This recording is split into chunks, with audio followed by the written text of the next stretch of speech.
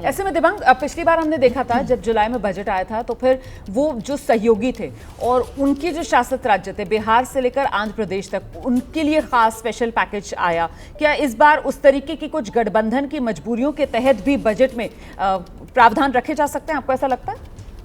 उस तरफ मुझे लगता है कि इशारा हो सकता है, ऐसा नहीं है कि वो बिल्कुल उसको हम लोग रूल आउट करते हैं, पर मुझे लगता है जो ज़्यादा ध्यान होगा वित्त मंत्री का वो ध्यान होगा मिडिल क्लास पर।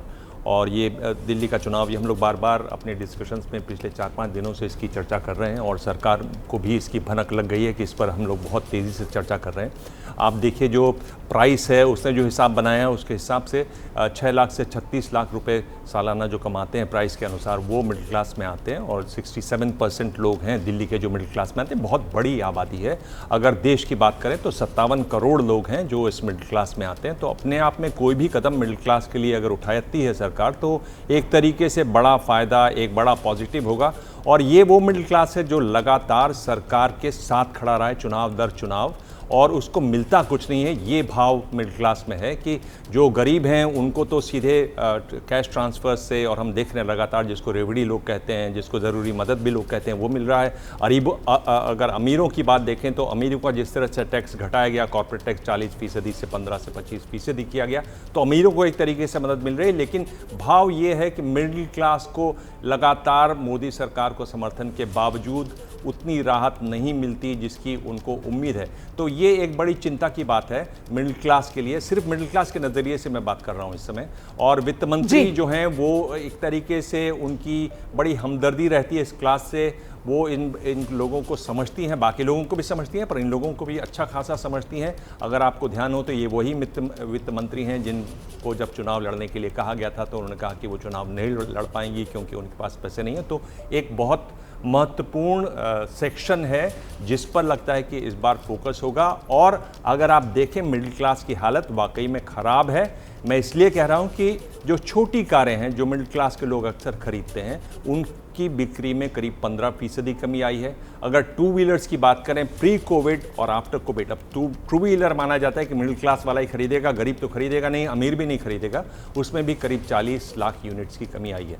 तो मिडिल क्लास पिस रहा है, ये तो दिखाई देता है, आंकड़े यही बताते हैं। तो अगर मिडिल क्लास पिस रहा है तो उनकी मदद जरूरी है, जो मुझे लगता है कि आज प्रधानमंत्री ने इशारा भी किया। और मिडिल क्लास की मदद जरूरी है तो मतलब सीधे सीधे मामला जो है वो टैक्स पर आता है केडिया साहब। फिर तो मतलब टैक्स के जरिए कहीं ना कहीं राहत मिडिल क्लास को मिलने वाली है, आज ये उम्मीद की जाए। देखिए, जो मैं बात कर रहा था कि जो 2 रेजिम चल रही है इंडिविजुअल्स टैक्सेशन की, उसमें ओल्ड रेजिम जो है उसमें बहुत सारा सुधार किया जा सकता है। अगर उसको डिसकंटिन्यू नहीं किया जाता है तो जो मेजर सुधार करने की जो उम्मीद है, जो ATC में इन्वेस्टमेंट की बात हम लोग करते हैं, जो 1,50,000 बहुत वर्षों से चल रहा है और उसको केवल 2 लाख तक करने की बात हो रही है, तो इसमें चेंज किया जा सकता है।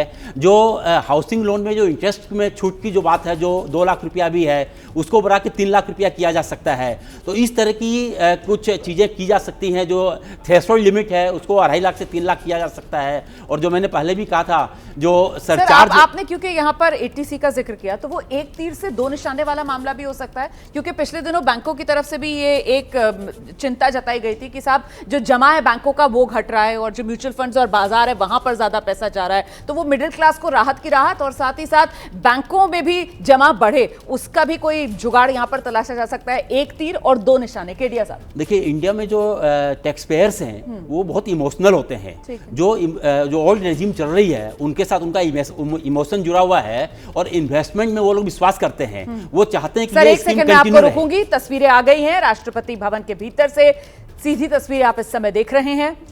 वित्त मंत्री निर्मला सीतारमण राष्ट्रपति भवन पहुंची अपनी टीम के साथ, और वहां जो बजट है उन्होंने वो राष्ट्रपति को दिखाया।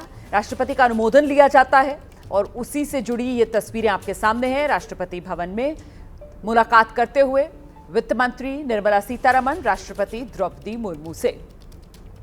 ये वो बजट की प्रति राष्ट्रपति को बताते हुए वित्त मंत्री निर्मला सीतारमण की इस बार का जो देश का बजट है, जो उम्मीदों का बजट माना जा रहा है, जिसको कई बड़ी चुनौतियां पार करनी है, जिस तरीके से वो इकोनॉमिक सर्वे जो आया और उसने बताया कैसे अर्थव्यवस्था की रफ्तार कुछ मध्यम सी बढ़ती हुई नजर आ रही है, कुछ अन्य चुनौतियां जिसका जिक्र किया गया इकोनॉमिक सर्वे में, किस तरीके से विदेशी मुद्रा 11 महीने में सबसे कम पर पहुंच गई है, रुपए में रिकॉर्ड गिरावट देखने के लिए मिल रही है। कम विकास का अनुमान अगले वित्त वर्ष के लिए भी जताया गया है और युवाओं का वो बेरोजगारी दर 15 से 29 साल के आयु वर्ग की अगर बात की जाए तो वो डबल डिजिट पे 10.2% पर है। चीन के साथ व्यापार असंतुलन जो है वो बढ़ चुका है। तो ये वो तमाम बिंदु हैं, ये वो तमाम चुनौतियां हैं जिसको कहीं ना कहीं पार पाना है और इसी का वो हल क्या निकाला है वित्त मंत्री ने, क्योंकि हर मर्ज की दवा वित्त मंत्री का ये बजट इस बार कैसे साबित होगा, इसी का इंतजार। वित्त मंत्री अपने आवास से निकली, सबसे पहले अपने दफ्तर पहुंची, अपने दफ्तर पहुंचकर अपने टीम के साथ मीटिंग की। वहां से वो बजट जो लाल कपड़े में लिपटा हुआ, पहले बही खाता कहा जाता था, बही खाता तो हम अब भी इसको कहते हैं, लेकिन अब ये ट्रांसफॉर्म हो गया है, अब ये पेपरलेस हो चुका है, अब ये डिजिटल है। और ये जो वित्त मंत्री के हाथ में लाल कपड़े में लिपटा हुआ आप दस्तावेज देख रहे हैं, ये दरअसल वो टैबलेट है जिसमें बजट देश का वित्त मंत्री ने सजोया है। तो ये वित्त वर्ष 2025-26 का बजट है जो वित्त मंत्री आज सदन में पेश करेंगी, लेकिन उससे पहले राष्ट्रपति भवन पहुंचकर वित्त मंत्री ने मोहर राष्ट्रपति से लगवाई है इस बजट पर। और हर बार वो तस्वीरें दिखती हैं, मुझे लगता है अभी वो आएंगी मेघा, जब राष्ट्रपति जो हैं वो मुंह मीठा कराती हैं। ये भी एक तरीके से एक परंपरा सी बन गई है। द्रौपदी मुर्मू जब से राष्ट्रपति भवन पहुंची और निर्मला सीतारमण जब उनके पास लेकर जाती हैं ये बजट अनुमोदन के लिए, तो वो दही चीनी खिलाती हैं, उनका मुंह मीठा कराती हैं। शुभारंभ तो हम वैसे ही करते हैं, कुछ मीठा हो जाए, कुछ मीठा हो जाए। और वैसे हलवा सेरेमनी आपको याद है, हाँ। जब ये बजट तैयार हो जाता है और बजट तैयार होने के बाद जब वो बिल्कुल सील तरीके से अंदर रख दिया जाता है, जहां जिस कमरे में कोई नहीं जा सकता। थोड़ी सी मुझे इसका थोड़ा ज़्यादा आइडिया है क्योंकि मैं बहुत जाती हूँ नॉर्थ ब्लॉक। तो वो जब बजट बनती रहती है, पहले तो वो टीम, उस टीम के फोन्स जो हैं रोमाना, वो किससे बात कर रहे हैं, कब बात कर रहे हैं, कहाँ जा रहे हैं, उन सब पे नज़र रखी जाती है। तो बेचारे जितने अफसर होते हैं जो उस टीम में रहते हैं, जो बजट बनाई जाती है, वो तो वैसे ही उनका वैसे बाहर की दुनिया से बिल्कुल कट जाते हैं वो, एक तरीके से आप कहिए काफी समय तक।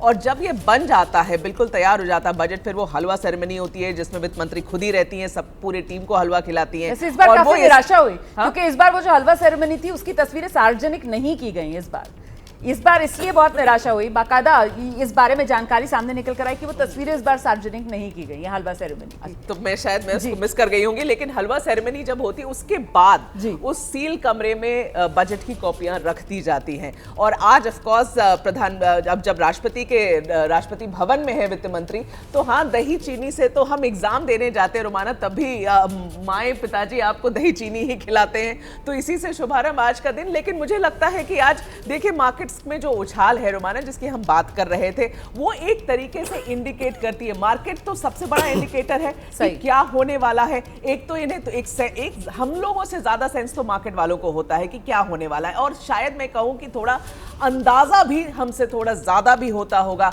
कई इंफॉर्मेशन होती होंगी क्योंकि उनका तो यही काम है। और मार्केट में जो उछाल है उस हिसाब से हमें अगर हम समझें तो शायद एक पॉजिटिव बजट की तरफ हम बढ़ रहे हैं आज। ये महत्वपूर्ण बात आप कह रही हैं और मार्केट का जिक्र कर रही हैं। देखिए, हम सब जानते हैं मार्केट किस तरीके से सेंटिमेंट पर चलता है और इस वक्त तो सेंटिमेंट देश भर में हाई है क्योंकि सबको उम्मीदें बहुत ज्यादा इस बजट से। और ये जरा तस्वीर देखिए वित्त मंत्री निर्मला सीतारमण की जो आज नजर आ रही है, और जितना मैं देख पा रही हूँ ये मधुबनी पेंटिंग के डिजाइन वाली साड़ी है जो वित्त मंत्री निर्मला सीतारमण ने आज बांधी हुई है। ये देखिए, और दिबांग जी यहाँ पर हमारे साथ मौजूद हैं। वो अक्सर जो परिधान होता है, जो वेशभूषा होती है, उस पर बहुत पैनी नजर रखते हैं। दिबांग जी, आज की ये साड़ी वित्त मंत्री निर्मला सीतारमण की मधुबनी पेंटिंग वाली, और बिहार में देखिए इस साल विधानसभा चुनाव भी होने हैं, तो क्या इसका कोई लिंक जुड़ता हुआ यहाँ कहा जा सकता? मुझे लगता है ये थोड़ा सा स्ट्रेच्ड है, मतलब मुझे नहीं लगता कि उन्होंने सोचा होगा कि इतनी साड़ियाँ हैं ये पहन लूँ क्योंकि ये बिहार में चुनाव है। और थोड़ा सा स्ट्रेच मुझे लग रहा है, बाकी कोशिश तो कुछ भी कर सकते हैं एंकर। पर ये जो तस्वीरें हम देख रहे हैं ये एक तरीके से नई किस्म की तस्वीरें हैं जिसमें वीडियो राष्ट्रपति के साथ दिखाई देता है। पहले ये सब नहीं दिखाई देता था, पहले हम लोग सिर्फ गाड़ियाँ देखते थे राष्ट्रपति भवन में जाते हुए, वहाँ से आते हुए, और ये एक नई सी तस्वीरें हैं। स्टिल पिक्चर आती थी राष्ट्रपति भवन से बाद में, पर ये जो वीडियोज़ हैं ये मेरे ख्याल से एक नई शुरुआत है। और किसी भी तरीके का नयापन, ख़ास तौर पर जिसमें आपको बताया जाए कि क्या हो रहा है, दिखाया जाए, तो वो एक स्वागत योग्य बात है। और निर्मला सीतारमण बहुत ही काबिल मुख्य वित्त मंत्री हैं, बहुत ही काबिल, और लगातार यही वजह है कि वो लगातार बजट पेश कर रही हैं, अपने आप में रिकॉर्ड बनाने जाएंगी। इस तरह से लगातार बजट पेश करते हुए ये भी एक बहुत बड़ी बात है उनके लिए, उनकी काबिलियत के लिए।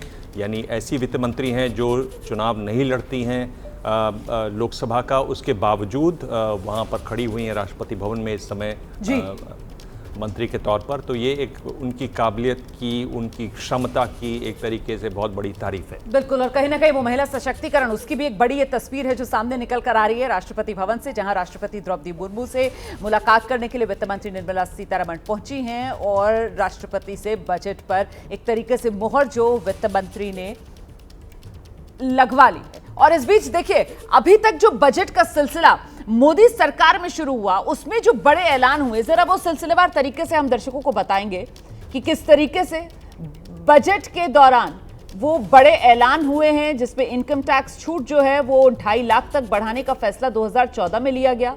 2017 की अगर बात की जाए तो फिर नेशनल टेस्टिंग एजेंसी की घोषणा की गई, और इसी तरीके के कुछ और अन्य बड़े ऐलान जो बजट के दौरान किए गए हैं। इसमें 2019 अंतरिम बजट जो था, तब वो किस तरीके से किसान सम्मान निधि वाला बड़ा फैसला लिया गया। तो आज निगाहें निर्मला सीतारमण पर हैं। राष्ट्रपति भवन पहुंचकर राष्ट्रपति से बजट पर मोहर लगवा ली है। अब संसद भवन परिसर पहुंचेंगी, वहां पर कैबिनेट की मोहर लगेगी, और फिर सुबह 11 बजे का समय है जब निर्मला सीतारमण देश का बजट देश को समर्पित कर देंगी। उम्मीदों वाला बजट, उम्मीदें बहुत हैं, क्या होने वाला है। मिडिल क्लास को भी आस है, किसान भी कल्याण की उम्मीद कर रहे हैं, युवाओं को भी रोजगार की बहार आने की उम्मीद है। उम्मीदों पर कितना खरा होगा ये बजट,